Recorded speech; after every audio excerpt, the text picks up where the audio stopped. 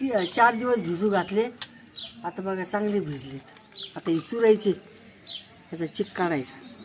रोज पाणी बदललं का हा, त्याचं? रोज पाणी बदलतो. या सगळं खायचं. हा.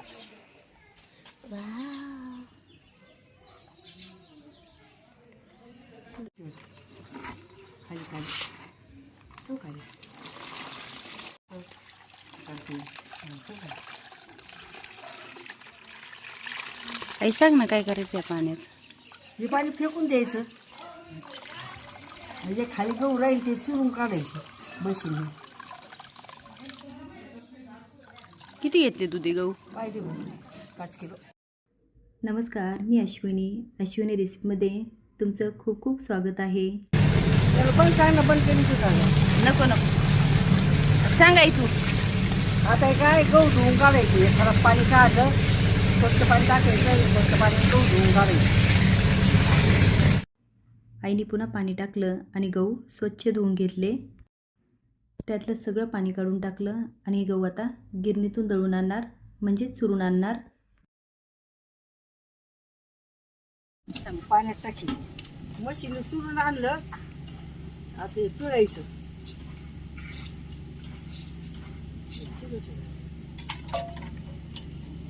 दोन पाण्यांचे वेळेस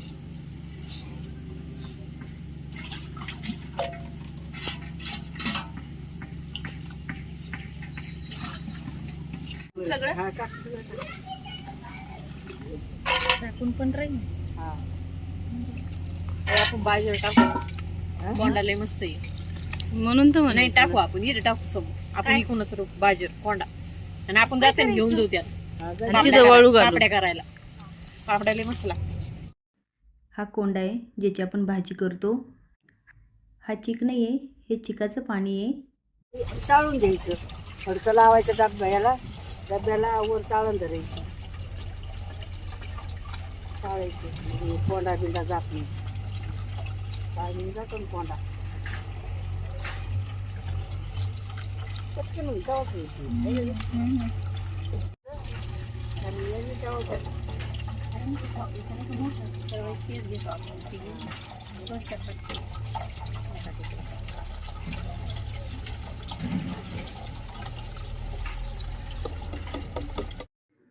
हा कोंडा आहे, त्यामध्ये पुन्हा एकदा पाणी घातलं आणि आई पुन्हा एकदा चुरून घेणार आहे. त्याच्यात अजून चिक निघतो.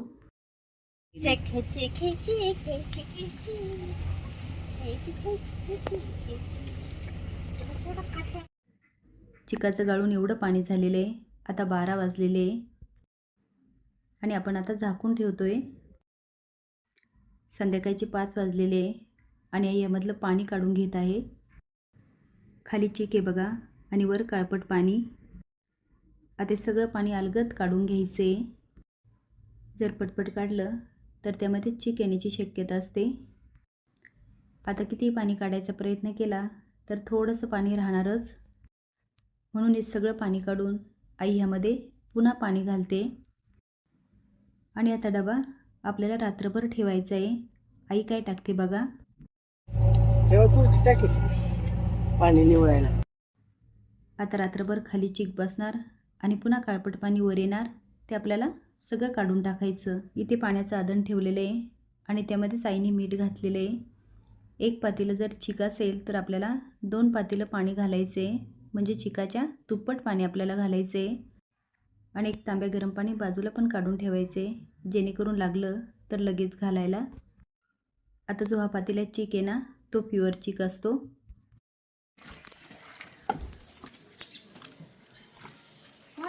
चिकन दिसत नाही बाई. आवचिक नाही फुटत काही काही. आमच्याच कुठं पण ते आमच्याच होत होते वास. हे घालून द्या. टाइम ना घालू. गार नका टावायचे. गार टाकायचं. गरम पाणी आळून बघ. टाक टाक निघू तू.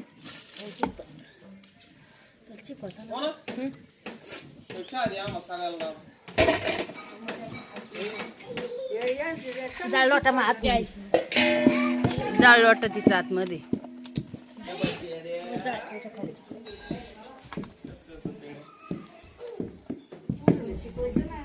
पुरीच काट्यात. पुरीच काट्यात.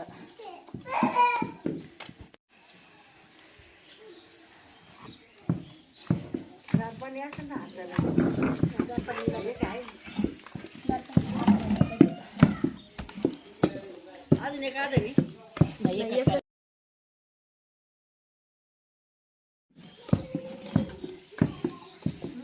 आणि उद्या काय तीन आणलंय का मग एक ठेवा शिल्लक आता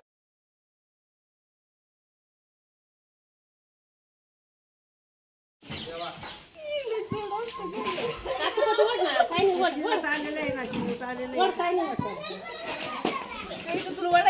यश चिक होत आला की आपल्याला बेकिंग सोडा घालायचा आहे, पण हा ऑप्शनल आहे. काही जण घालतात तर काही जण नाही, पण बेकिंग सोड्याने छान कुरडई फुलते. तिच्यापेक्षा तो भारी आटलाय हं?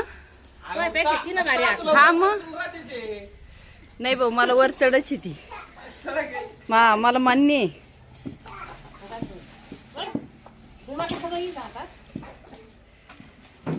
वा वा वा वा वा वा इथे चिक तयार झालेला आहे. तर हा चिक साजूक तूप, दूध आणि साखर टाकून कुणाकुणाला आवडतो कमेंट बॉक्समध्ये सांगा. कसे घाली ना घाल फिट करावर ते टाका येते हा सारं जमत काय जमतं सगळं केलं तर सगळं जमतं. चला चल घातलं तो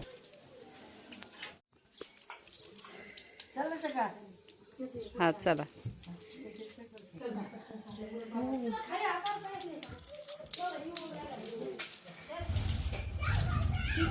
हा भारी भारी भारी याच्यात आपल्या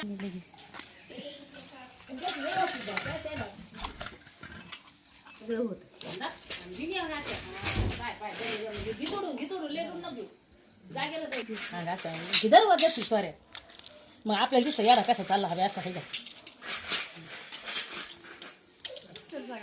आईच्या याला आहे ना कधी पाठीन नाही रे पण मला येते ते रोज तर इथे आपल्या कुरड्या तयार झालेल्या आहे. वाळल्यानंतर कशा दिसतात हे पण दाखवते. आणि कोंड्याच्या पापड्या बघायच्या असतील तर कमेंट बॉक्समध्ये सांगा.